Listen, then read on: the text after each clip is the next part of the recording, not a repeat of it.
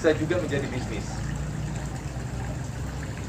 Nah, kalau kita sekarang punya bisnis apa atau pekerjaan apa, mungkin sekarang belum jadi bisnis, kita berpikir bagaimana ini menjadi bisnis. Bisnis itu bisa dijalankan oleh orang lain, berjalan by system. Nah, kita akan belajar banyak nanti di IBM. Jadi teman-teman nggak usah malu, ayo sama-sama belajar. Tapi memang dibutuhkan komitmen. Karena belajar itu ya digosok, ada PR. Tapi itu untuk kebaikan bersama. Nanti apa yang perlu dikerjakan, pekan depannya bagaimana, pekan depannya lagi bagaimana, terus perkembangannya sudah sejauh apa, itu disampaikan. Nah, nanti teman-teman akan mendapatkan banyak masukan insya Allah dari teman yang lain. Karena sudut pandang tiap orang itu kan berbeda. Mungkin kita yang sudah mendalami bisnis itu nggak melihat ada peluang baru karena terlalu fokus. Tetapi dengan sharing dengan teman-teman bisa kasih masukan. Jadi nggak usah malu, nggak usah sungkan. Kita di sini sama-sama belajar. Leader Forum ini 8 kali. Nanti dari 8 ini minimal berapa mas? Inkubasi. Sorry, kalau Leader Forum inkubasi ini 8 kali pertemuan. Ini lulusnya 6 kali. 6 kali. Kalau kehadiran 6 kali minimal ya, Ya. minimal 6 kali, maka boleh ikut Leader Forum. Kalau di bawah 6 kali, Mengulang. ya, Mengulang. karena itu uji komitmen itu, uji kesungguhan. Bukan apa-apa, tapi itu tadi itu uji komitmen. Dan tiap pertemuan kita juga di sini nggak ada biaya. Ya biaya makan tapi sendiri-sendiri. Artinya tidak ada biaya lain-lain, nggak ada. Dan memang di IBF ini kita tidak boleh mengajarkan terus menarik biaya, nggak boleh.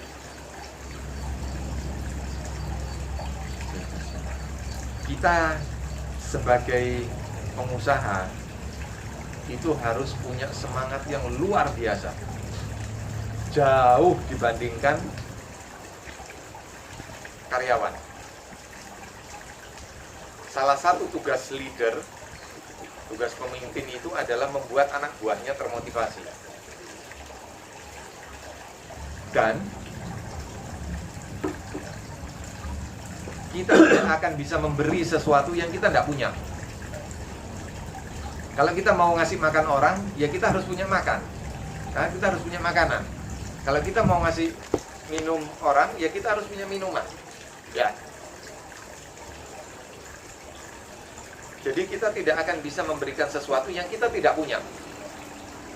Sama, kita tidak akan bisa memberikan motivasi kalau kita tidak punya motivasi. Bagaimana kita punya 10 staff, yang 10 staff itu bisa termotivasi oleh kita. Kalau kita ingat hukum Black, motivasi itu tidak bisa diciptakan, tidak bisa dimusnahkan.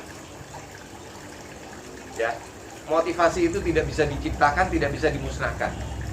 Dia hanya bisa berpindah atau berubah wujud.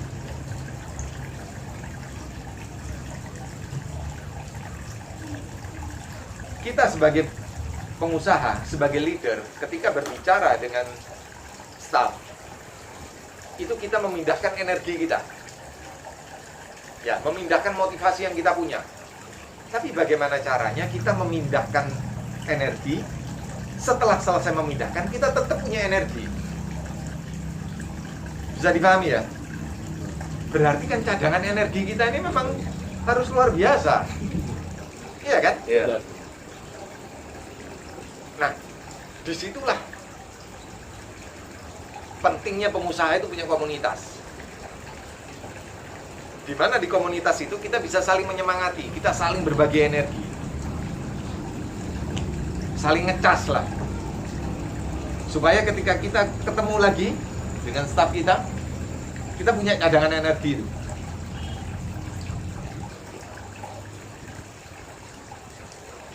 Ayo jalan sama-sama.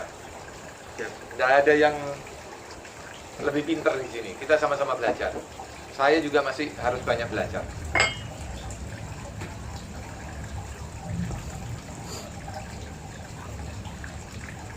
Ya, pengusaha itu energinya harus banyak, Double. harus banyak. Saya di rumah sakit berusaha bagaimana caranya saya nggak usah ngomong, tapi orang lihat saya jalan sudah semangat. Karena kalau saya harus ngomong ya capek juga gitu, iya kan? Gimana caranya orang lihat saya jalan, staf ngelihat saya jalan, energi itu berpindah. Artinya apa? Saya berjalannya itu juga dengan semangat, dengan optimisme.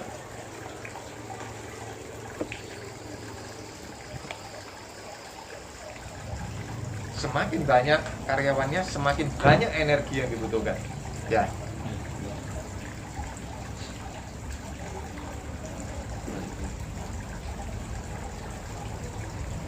Jadi kita perlu berjalan bersama-sama. Dan pengusaha itu perannya sangat strategis. Sangat strategis. Kalau mau tahu bagusnya satu lingkungan, lihat aja pebisnisnya ini, yang pebisnis besar ini pebisnis soleh atau enggak. Jadi uang beredar itu bisa menjadi indikator orang soleh atau pengusaha soleh sama pengusaha yang tidak soleh, bisnisnya itu bisa sama. Ya. Bisnisnya itu bisa sama, tapi yang dijual itu beda. Contoh, restoran ini dimiliki oleh orang soleh, Masya Allah. Jualan bir? Nggak ada. Ada nggak restoran yang dimiliki oleh orang yang tidak soleh dan dia jualan bir? Ada langsung. Ya, ada.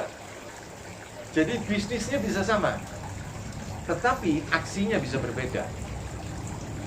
Nah, bagaimana caranya supaya kita ini menjadi pebisnis soleh yang apa yang kita sajikan itu sesuai dengan tuntunan yang ada. Jadi ketika kita masuk ke satu tempat membawa anak-anak kita itu nyaman. Ayo, kalau tempat ini jualan minuman keras, kita nyaman nggak bawa keluarga kita ke sini? Nggak nyaman. Ini bukan tidak menjadi tempat yang cocok untuk keluarga kalau tempat ini jualan minuman keras. Nah, tapi karena tempat ini dimiliki oleh pengusaha soleh, dia hanya menjual yang halal. Semakin banyak pengusaha soleh, semakin gampang kehalalan itu diakses. Ya.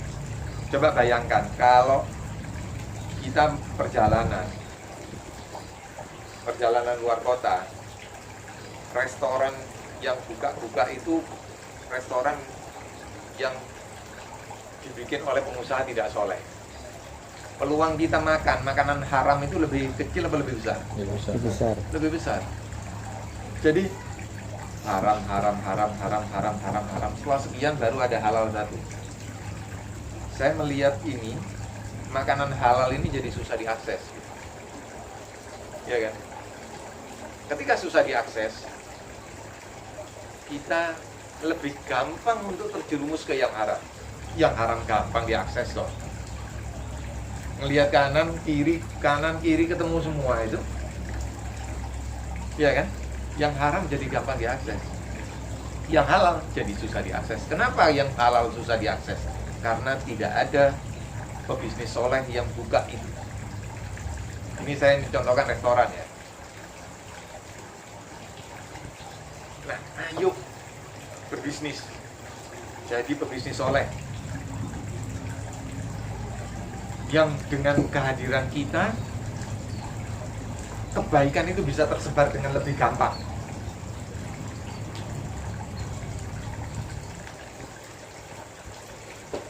Kita bukan penceramah. Ya, kita ini pebisnis. Tapi tadi yang Pak Ahmad Sodik sampaikan, produk leader itu adalah keputusan. Yang dengan keputusan itu berpengaruh terhadap banyak hal. Nah, bagaimana kita sebagai pengusaha yang soleh, yang bisa berbisnis dengan benar, sehingga keputusan-keputusan kita itu banyak sekali manfaatnya.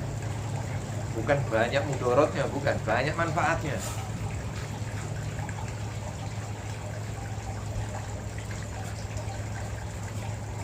Jadi pengusaha itu strategis, sangat strategis.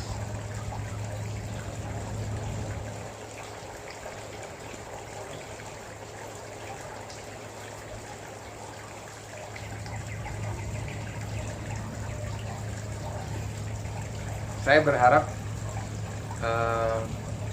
inkubasi ini, semua yang hadir ini bisa terus istiqomah sampai nanti ketemu di Leader Forum dan kita sama-sama ngecas, saling ngecas. Semangat teman-teman semua. Ya. Siap. Insya Allah. Enggak. Ini perjalanan yang menarik. Kalau Pak Hedi bilang itu, hiduplah dengan serius, berbisnislah dengan gembira. Jangan dibalik.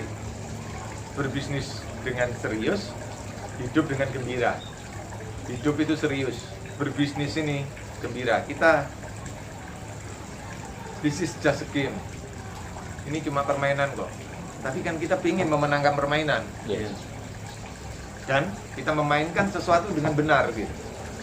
Bukan sekedar main menang tapi menggunakan cara-cara yang salah.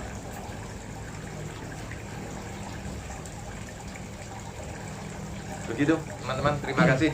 Pak Sodik minta ini, jadi dengan selama di EBF kemudian mengaplikasikan prinsip-prinsip yang ada di EBF ini dari segi growth, pertumbuhan pribadi, keluarga dan bisnis kayak apa, itu kan kita perlu Testimoni lah. testimoni Pak Ya. gitu.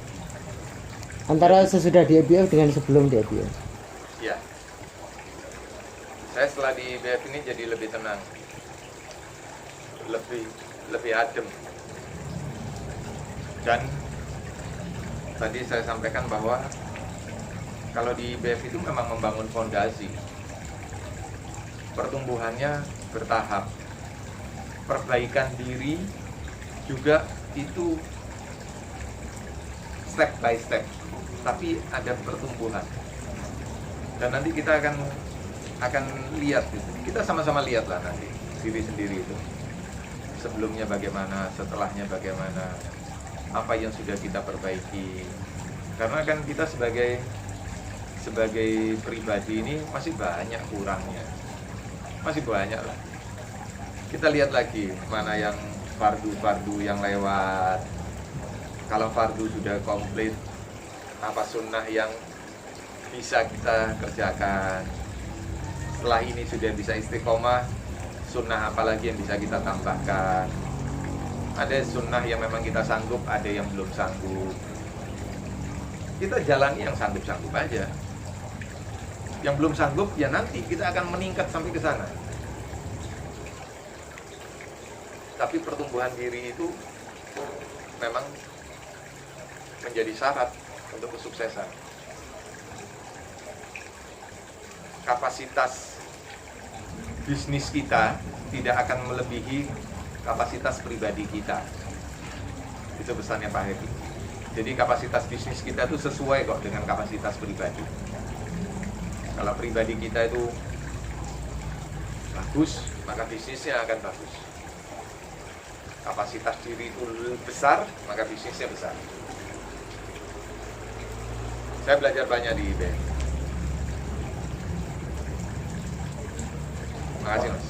Oke. Ya. Kapasitas seperti apa yang dimaksud itu? Gimana? Gambaran dari kapasitas itu apa Pak? Gitu. Mungkin gitu. Yang dimaksud dengan kapasitas tadi itu, kapasitas diri itu bisa digunakan atau dijelaskan lebih detail.